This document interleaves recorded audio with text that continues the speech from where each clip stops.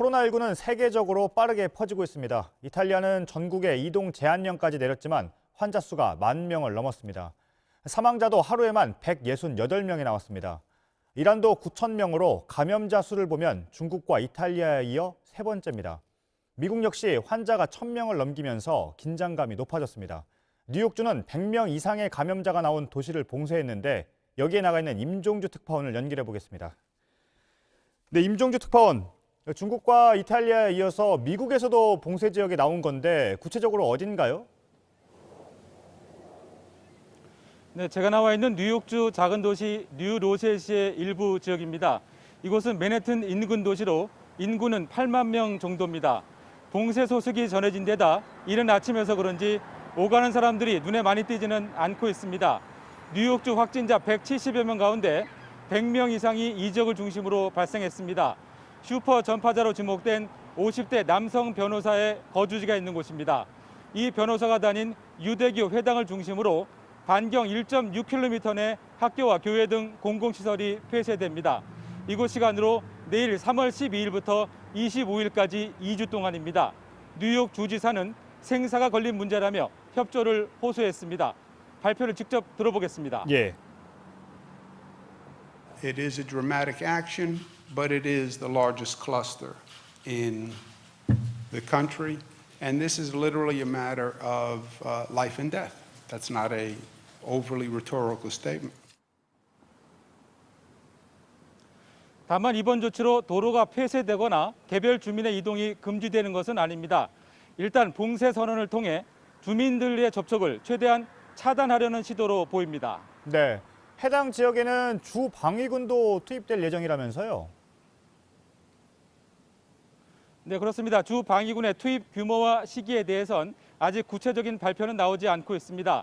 다만 쿠오모 주지사는 방위군이 주민들에게 식량을 전달하고 공공장소의 청결을 도울 것이라고 그 역할을 설명했습니다. 네, 지금 미국의 확산 속도도 심상치가 않은데 지금 몇 개 주에서 환자가 나온 겁니까? 네, 38개 주에서 1,015명, 1,000명을 넘었습니다. 하루 사이 200명 넘게 늘었습니다. 사망자는 31명으로 집계됐습니다. 이런 가운데 지난달 말 정치 행사에서 공화당 하원 의원 등이 확진자와 접촉한 이후 트럼프 대통령과 일정을 함께하거나 악수를 한 것으로 나타났습니다. 간접 접촉이더라도 트럼프 대통령도 검사가 필요해 보이는데요. 일단 트럼프 대통령은 오늘도 명확한 답을 하지 않았습니다. 네, 잘 들었습니다. 임종주 특파원이었습니다. 특히 이탈리아에선 환자 가운데 사망자 비율이 세계 평균보다 2배 가까이 높습니다. 주변 유럽 나라들은 바이러스를 차단하기 위해서 국경 통제부터 행사 취소까지 안간힘을 쓰고 있습니다. 윤세민아 기자입니다. 북부 롬바르디아주에서 처음으로 지역 감염 사례가 확인된 뒤 18일 만입니다. 이제 이탈리아에선 코로나19 확진자가 10,000명을 넘었습니다. 하루 사망자도 168명이나 됩니다. 바이러스 확산 이후 가장 많은 수치입니다.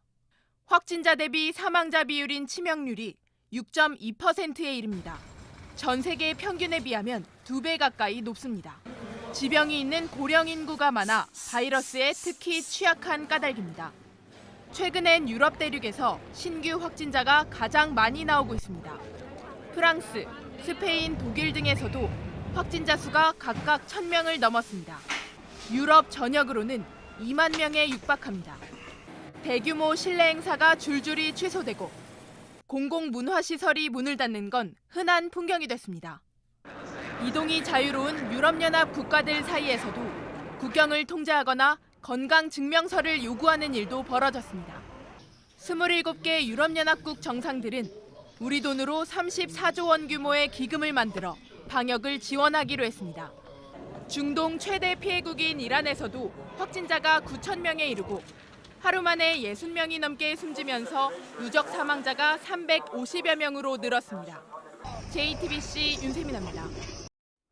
일본은 올해 도쿄올림픽을 계기로 4천만 명의 관광객을 유치하겠다는 목표를 세웠습니다. 하지만 코로나19의 영향으로 관광 수요가 줄어들면서 폐업하는 여관들이 나오고 있습니다. 최근 일본 정부가 우리나라와 중국에 대해 무비자 입국까지 막은 건 또 하나의 약재입니다. 도쿄에서 윤서령 특파원입니다. 재작년 외국인 관광객들이 홋카이도에서 쓴 돈은 1조 6천억 엔, 약 18조 3천억 원으로 관광 분야는 이 지역 경제의 원동력이었습니다.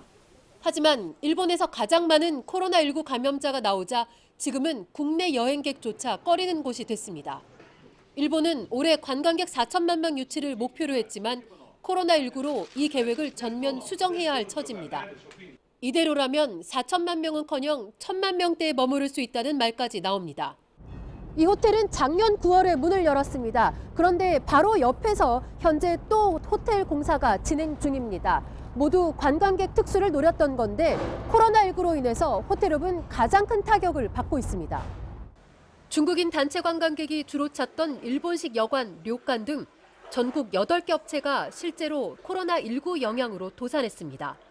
일본의 수출 규제 이전 관광객 중 절반은 우리나라와 중국에서 간 사람들입니다. 先は読めないですもんね。医者だってわからないんだから、返せる範囲内でお金借りないと。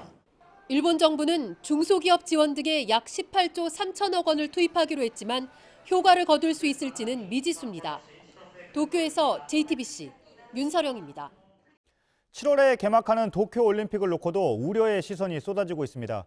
국제올림픽위원회인 IOC와 도쿄올림픽 조직위원회는 최대한 예정대로 진행할 것이라고 여러 차례 발표해왔습니다.